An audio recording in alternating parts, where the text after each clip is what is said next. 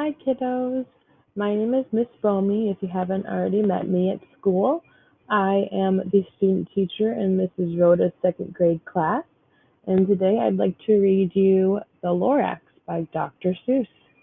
You may have already read this book. It's one of my favorites, so I thought it'd be nice to read that to you today.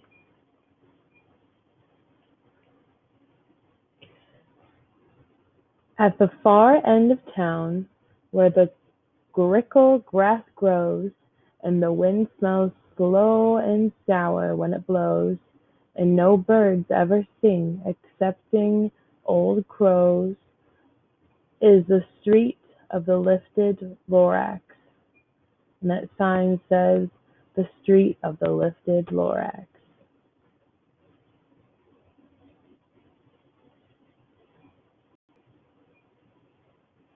And deep in the grickle grass, some people say, if you look deep enough, you can still see today where the Lorax once stood, just as long as it could, before somebody lifted the Lorax away.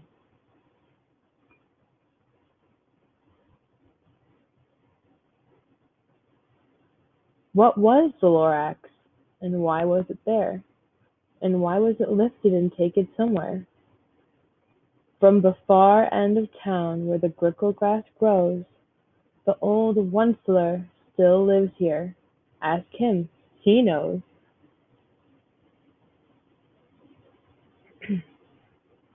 You won't see the Onceler. Don't knock at his door. He stays in his lurkin, cold under the roof, where he makes his own clothes out of mist-mufflered mousse. And on special dank midnights in August, he peeps out of the shutters, and sometimes he speaks, and tells how the Lorax was lifted away. He'll tell you, perhaps, if you're willing to pay.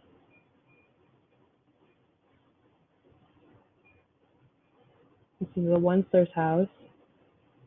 You can see him right here in the window. There's a little boy. On the end of a rope, he lets down a tin pail, and you have to toss in 15 cents and a nail in the shell of a great-great-great-grandfather snail.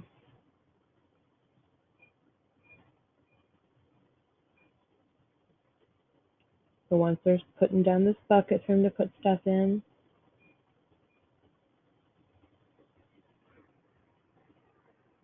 then he pulls up the pail, makes a most careful count to see if you've paid him the proper amount.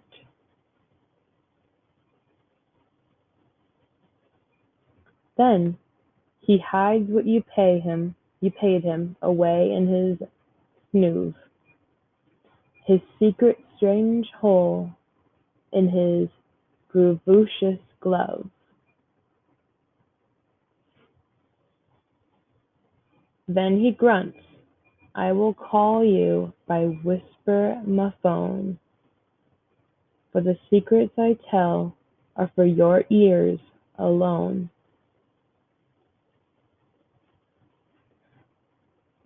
Slup, down slups the whisper-ma-phone to your ear, and the old Onceler's whispers are not very clear, since they have to come down through a snurgly hose, and he sounds as if he had smallish bees up his nose.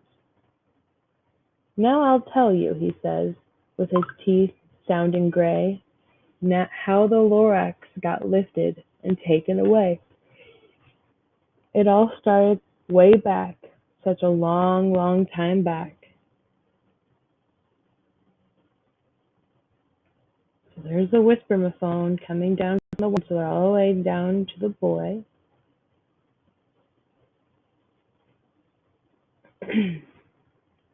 Way back in the days when the grass was still green, and the pond was still wet, and the clouds were still clean, and the song of the swummy swan rang out in space, One morning I came to this glorious place, and I first saw the trees, the truffula trees, the bright colored tufts of the truffula trees, mile after mile in the fresh morning breeze.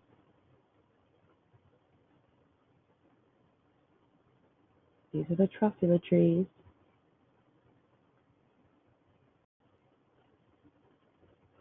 And under the trees I saw brown barbaloots frisking about in their barbaloot suits as they played in the shade and ate truffula fruits.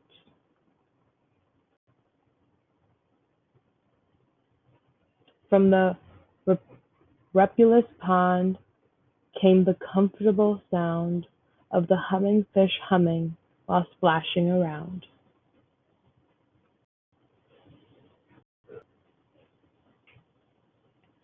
But those truffula trees, all my life I'd been searching for trees such as these. The touch of their tufts was much softer than silk, and they had the sweet smell of fresh buttery milk.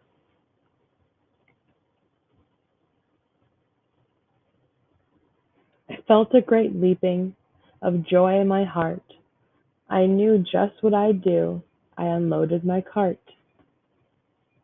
In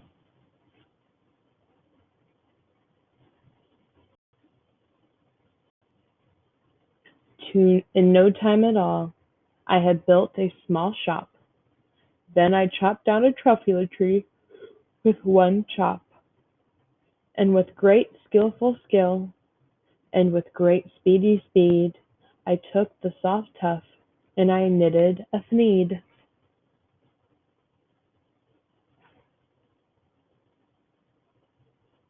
There's his tree that he chopped down.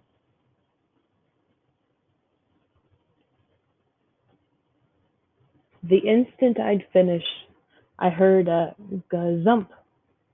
I looked. I saw something pop out of a stump of the tree I'd chopped down.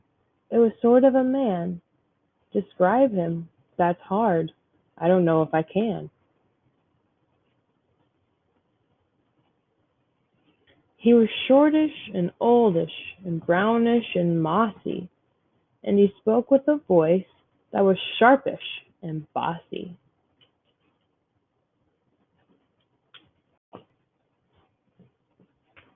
Sorry, my dog's trying to circle around behind me right now.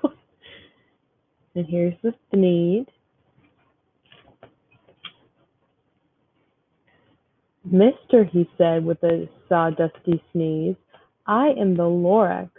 I speak for the trees. I speak for the trees I have no tongues. And I'm asking you, sir, at the top of my lungs. He was very upset as he shouted and puffed. What's that thing you've made out of my truffula truff? Tough.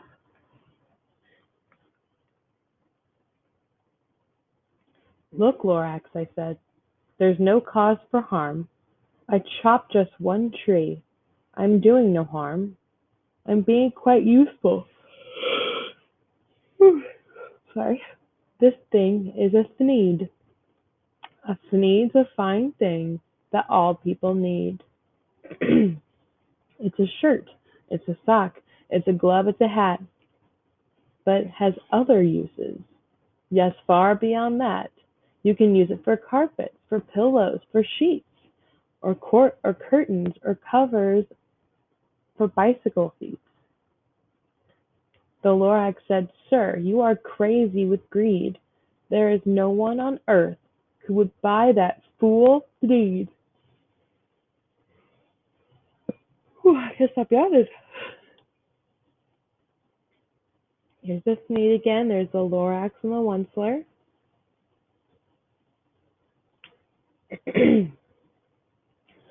But the very next minute, I proved he was wrong, for just at that minute, a chap came along, and he thought that the Sneed I had knitted was great. He happily bought it for 398. I laughed at the Lorax. You poor stupid guy. You never can tell what some people will buy. There's that man walking away with a Sneed. I repeat, cried the Lorax, I speak for the trees. I'm busy, I told him. Shut up, if you please. Don't like that. I rushed across the room, and in no time at all, built a radiophone. I put I put in a quick call. I called on my brothers and uncles and aunts, and I said, "Listen here. Here's a wonderful chance for the only Onceler family, for the whole Onceler family to get mighty rich. Get over here fast. Take the road to North Nitch. Turn left at Weehawken, sharp right at South Stitch."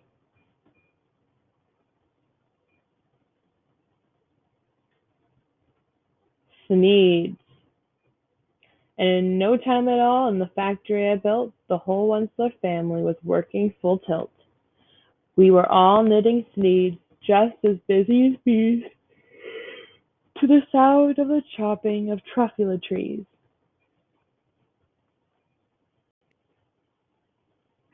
Cutting down so many trees, you see.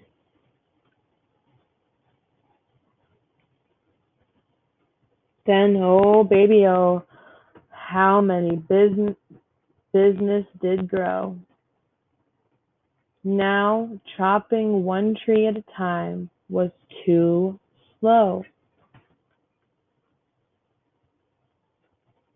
So, I quickly invented my super axe hacker, which whacked off 4 truffula trees at one smacker. We were making Sneeds 4 times as fast as before, and the Lorax, he didn't show up anymore.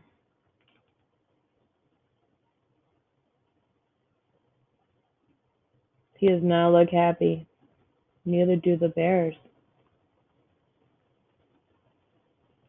But the next week he knocked at my new office door. He snapped, "I'm the Lorax who speaks for the trees, which you seem to be chopping as fast as you please. But I'm also in charge of the brown Sorry, kiddos. I'm also in charge of the brown Barbaloots, who played in the shade in the Barbaloot suits, and happily lived eating truffula fruits. Now, thanks for your hacking my trees. Thanks to you hacking my trees to the ground, there's not enough truffula fruit to go around, and my poor Barbaloots are all getting the crummies because they have gas and no food in their tummies.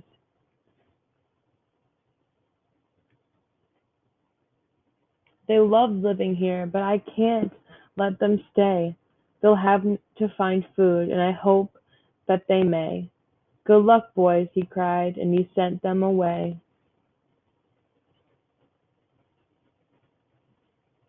I, the Onceler, felt sad as I watched them all go, but business is business, and business must grow, regardless of crummies and tummies, you know. The factory is getting bigger and bigger. I meant no harm. I most truly did not. But I had to grow bigger, so bigger I got. I biggered my factory, I biggered my roads, I biggered my wagons, I biggered the loads of the Sneeds I shipped out. I was shipping them forth to the south, to the east, to the west, and to the north. I went right on biggering, selling more Sneeds, and I biggered my money with which everyone needs. Then again he came back. I was fixing some pipes when that old nuanced Lorax came back with more gripes. "I am the Lorax," he coughed and he whiffed. He sneezed and he snuffed. He snargled, he sniffed. "Onceler," he cried with a scrofulous croak. Onceler, you're making some smugulous smoke. My poor swami swans, why they can't sing a note. No one can sing who has a smog in their throat.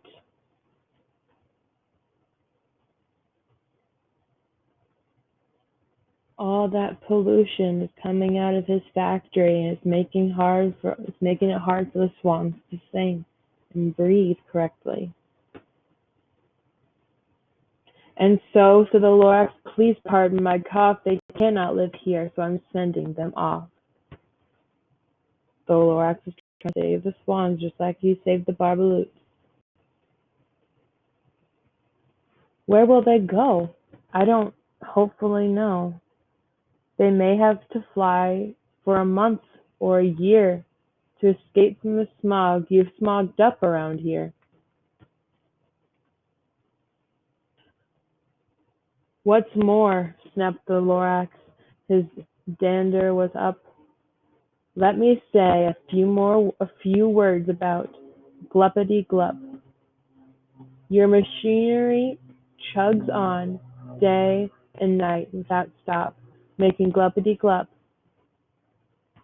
Also Schloppity-Schlop. And what do you do with this leftover goo? I'll show you, you dirty old Onceler man, you.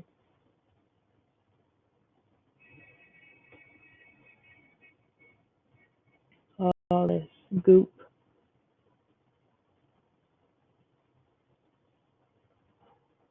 See where he's putting all that? Right into where the fish live.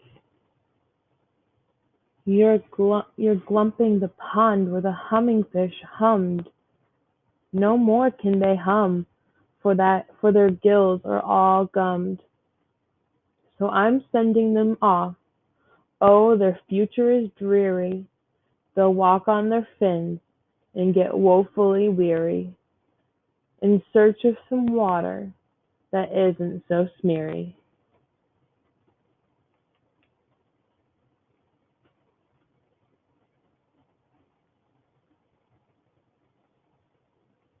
And then I got mad. I got terribly mad. I yelled at the Lorax. Now listen here, Dad. All you do is yap, yap, and say bad, bad, bad, bad. Well, I have my rights, sir, and I'm telling you, I intend to go on doing just what I do. And for your information, you Lorax, I'm figuring and biggering and biggering and biggering and biggering. I think that figuring was meant to be another B, biggering. Turning more truffula trees into sneeds, which everyone, everyone needs. Oh, look at all the trees that are gone. And at that very moment, we heard a loud whack. From outside in the field came a sickening smack of an axe on a tree. Then we heard the tree fall, the very last truffula tree of them all.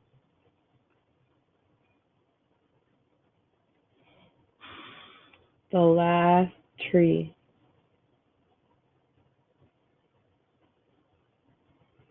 No more trees, no more sneeze, no more work to be done. So in no time my uncles and aunts, everyone, all waved me goodbye. They jumped into their cars and drove away under the smoke-smugged stars.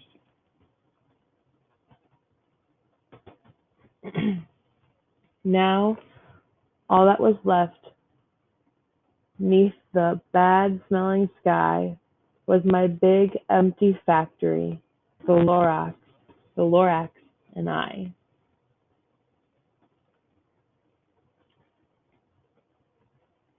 The Lorax was right there. The Lorax said nothing, just gave me a glance, just gave me a very sad, sad backward glance as he lifted himself by the seat of his pants, and I'll never forget the grim look on his face when he hoisted himself and took leave of this place through a hole in the smog without leaving a trace. And all that the Lorax left here in this mess, was a small pile of rocks with the one word, unless. Whatever that meant, well, I just couldn't guess. That was long, long ago, but each day since that day, I've sat here and worried away. Through the years while my buildings have fallen apart, I've worried about it with all my heart. But now, asked the oncelet, now that you're here, the word of the Lorax seems perfectly clear. Unless someone like you cares a whole awful lot, nothing is going to get better. It's not.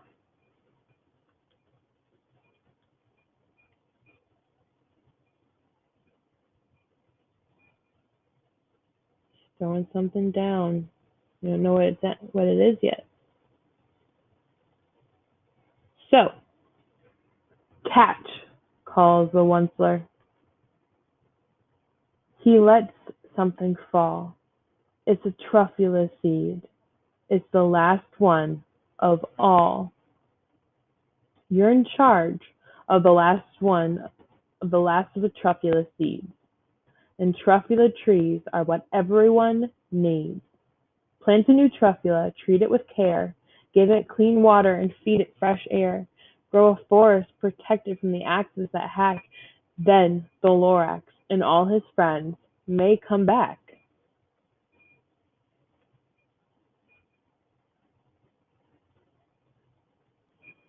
All right, guys, I hope you enjoyed this bedtime story.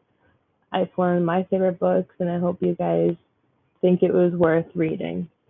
All right, you guys have a good night.